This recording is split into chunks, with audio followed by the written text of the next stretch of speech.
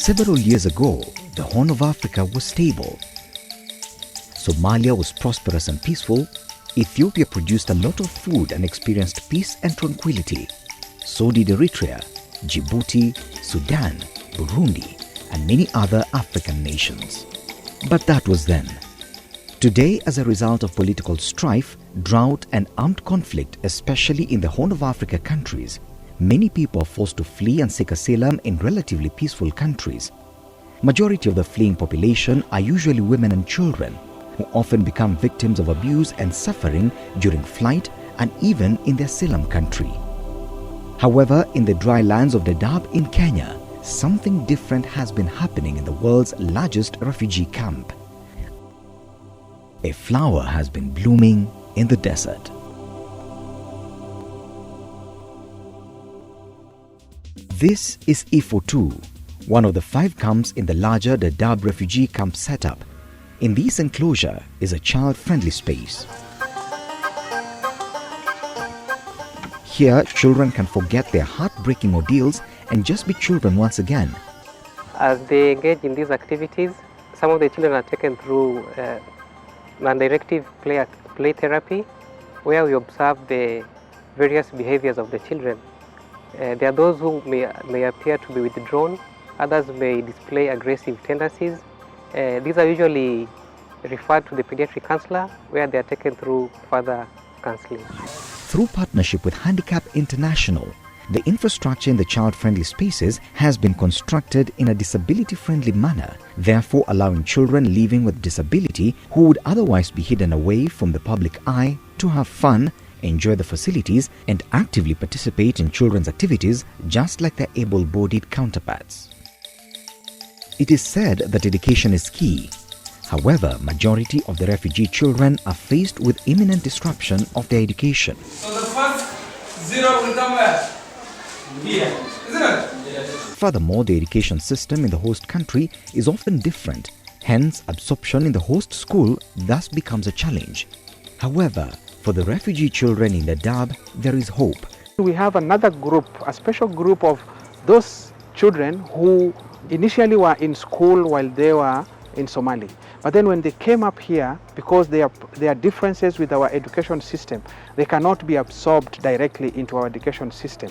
So we take them through what we call catch-up classes, where there is accelerated learning, and those ones who are good enough, they will just be transitioned to our normal school education system. Samira Abdikadir got her first child when she was only 13 years old. That was before she fled to Kenya following the protracted armed conflict in Somalia. In Dadaab, it is not unusual to come across girls like Samira who get children when they are not yet ready to be parents. The sad part is that most of these children are as a result of forced marriages and defilement cases. Such child mothers face a lot of challenges, including stigmatization as a result of living as unmarried girls, as well as how to take care of themselves and their children, considering that they are both children. sanadkeygan waxa way 17 jir groupkan ka tirsanay jaalmada ayaa la xunugaas aan marka ninka la igu daray 10 iyo waxaan jiray 3 sano qaxooti la imaade aabiisna waan kala tagnay meesha guriga iskaga dhex joogo hay'ad iyo wax la aadan ma garanaynin ya inta qaxoot dhagaxley markay hay'adii meel la aadayna ma garanaynin hay'adda Save Children iyada guriga igu yimaade. Save the Children has been working with the girl mothers to empower them with skills that would enable them to live a positive life. They are supported through the Girl Mothers Forums, where they give hope and support to each other through the monthly mentorship sessions. Save waxaan ka baranay sidii nolosha iyo sidii ilmaha wax loogu qabto iyo sidii ganacsiga iyo wixii aan ka baran. Haddana waan ku jirnaa group aan la sameeyay oo ganacsiga ah. haddana lacag aruuriskii aan ku jirnaa waxaan rajeynaynaa inaan wax ku qabsano lacagahaas aan rajeynaynaa haddana wax noogu qabato ani hadda oo groupkan aan ku jiro oo wax aan ka helay sidii ciyaalkeyga nolol maalmoodkooda aan u korsan lahaay aan wax uga qabsan lahaay ayaan xoojinayaa waxaan rajeynayaa lacagta hadda aan ku haysanayo inaan ilmeyga wax aan uga qabsado nafsadeedana wax aan ku qabsado sidii ilmeyga horumarkooda aan u gaaro ayaan rajeynayaa.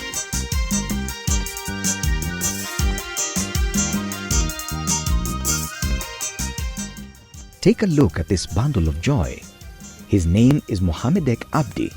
He is 2 weeks old. This is his mother, Fatuma. A few days ago, Abdi and Fatuma's stories were completely different. Abdi had been thrown away in a dump site in Dagahale, one of Dadaab's 5 camps, by a mother who did not want him. But thanks to Save the Children's Foster Parents initiative, he got a new loving mother and a home. The Foster Parent Initiative is a rigorous process that aims at vetting potential parents for children who arrive in camps unaccompanied, separated, or those that live in abusive families. The foster parents are trained on several aspects including children's rights, positive discipline, as well as on vocational skills in order to be able to adequately provide for the children entrusted to their care. The foster parents' approach was to really keep the unaccompanied minor separated children within family care.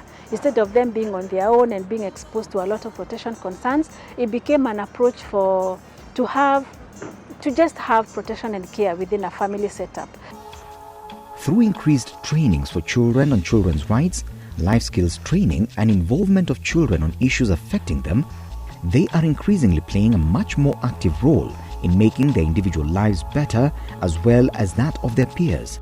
We are trained about children rights, how to report the children and abuse cases, whom to report and where to report. It is Friday afternoon. A group of boys and girls have gathered around a radio. One of their favorite children's programs by children is airing. Through the use of child-to-child approach, the Desert Flower strategy has been reaching more and more children with key messages of transformation. The program has partnered with local radio stations, which air the children's programs around Dadaab and its environs. Through the interesting children's radio programs, the message reaches a larger audience that is not just limited to the children, but also caregivers as well as other secondary stakeholders who may be listening in. We've been able to really, raise the esteem of the children. The children can be able to now talk easily about their issues because they have been sensitized. They know what is wrong, what is right for them, and what they need. During the period of its existence, the Desert Flower program has transformed child protection in the Dadaab Refugee camp to include child-friendly spaces, education, as well as psychosocial support. The transformation within both the refugee and the host community is evident, as can be seen from the uptake. In the future, these child education and welfare centers will continue to offer hope where none existed and provide a reason for a smile on the faces of children of Dadaab.